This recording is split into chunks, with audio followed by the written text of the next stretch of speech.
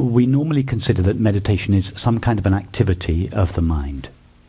It's a focusing of the mind, usually on a mantra or a flame, or on the breath, or just on the current situation. It's in other words, meditation is normally conceived as an activity. You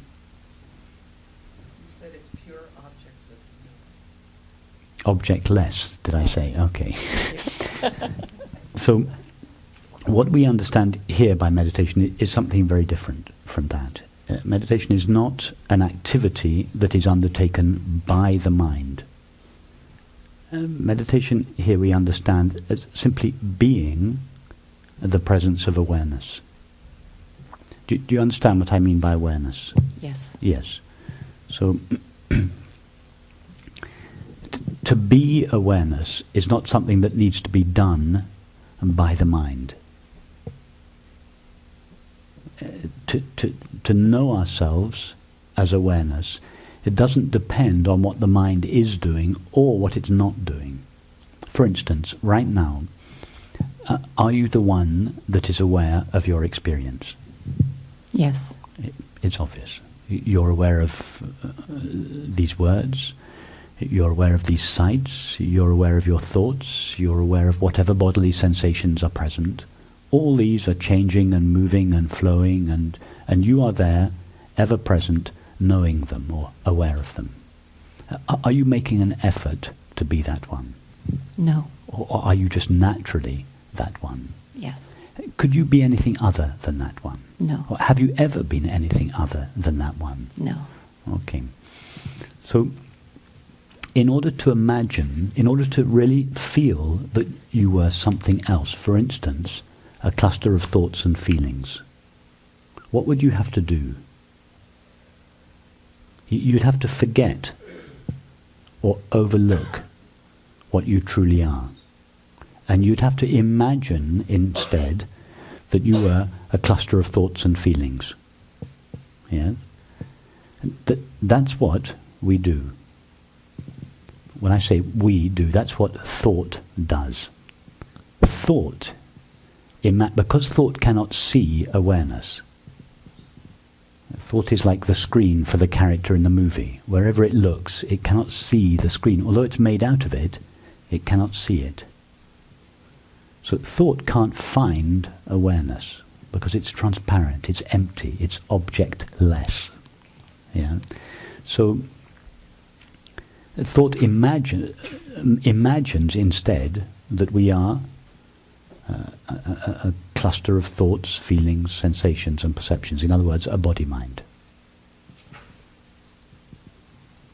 And that with that imagination, an illusory self, an imaginary self made out of thoughts and feelings comes into an apparent existence. Thought imagines the separate self. Now we then feel, I am this separate self. I am this body and this mind which is aware. And then we notice that we are unhappy and we are seeking, and we seek happiness in all the conventional objects. And then when all the conventional objects have failed us sufficiently, we start looking in less conventional objects, and we hear about something called meditation. And we approach meditation in exactly the same way that we approached the objects that we used to go for, the substances, the activities, the relationships, whatever it was. And we think, okay, I'm going to do this new kind of seeking now, something called meditation, and achieve subtle states of mind which will finally give me the happiness that I was previously seeking in objects. So then I, the separate self, starts on this activity of the mind called meditation. And it starts basically manipulating the mind, usually quietening it or focusing it. And this brings about some temporary relief, because as long as there is a tremendous effort to still the mind to a certain extent becomes still, and a measure of peace is derived from that. But it doesn't bring about what we truly want, which is lasting peace, undisturbable peace, peace that is not dependent on the condition of the mind or the body or the world. So what we consider meditation here is quite different from that focusing or disciplining of the mind. Meditation here is it's what we are. Meditation is just to be knowingly the presence of awareness. In other words, just to be. That is the highest meditation, just to be as you are. And it's, ironically, it is the easiest thing in the world. It's easier than breathing.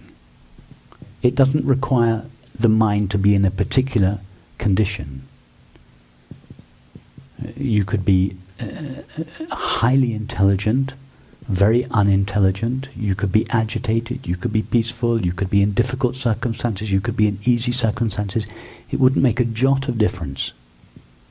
Because in all those situations, you, awareness, remain just as you always are. To meditate means just to be that knowingly. That sounds great. Now, if we've been used to meditate, to doing an activity of the mind called meditation, there may be a little rebellion in the mind when we sit here without giving it something to do. The mind may feel redundant, and with good reason. So there may be a little rebellion in the mind because it's used to being employed. So it'll get agitated and it will try to grab your attention again. You should be doing this, or this is not enough, or this is not the real thing, or it'll provide all kinds of excuses why you should get involved with it again. And over and again, you might find yourself lost in the mind. And whenever you find yourself lost in the mind, just notice, oh no, I just consider the mind like a train that enters the station. You just say, oh, I boarded that train. I didn't even mean to. I just boarded it mechanically. Just step off the train. Don't get involved with the train. Let the train go wherever it's going. In other words, let your thoughts do whatever they've been conditioned to do. They're going to do that anyway. Don't interfere with them. If you start interfering with your thoughts, if you take on your thoughts, you have to take on the whole universe, because the whole universe is involved in the production of any thought or action. Don't take on your thoughts. Let them do their thing. Just let them do whatever they've been conditioned to do, but don't board the train. Don't get on. Just step off. Or you don't. That's just a metaphor. You don't even have to step off. You're more like the platform than the passenger. You are that through which the train is flowing. It doesn't matter where it's going. It doesn't matter where your thoughts are going, what they're doing. They're always doing one thing, one of two things. They're either going into the past or the future. Just let them go. Let them make the journey, but you never take the journey with them.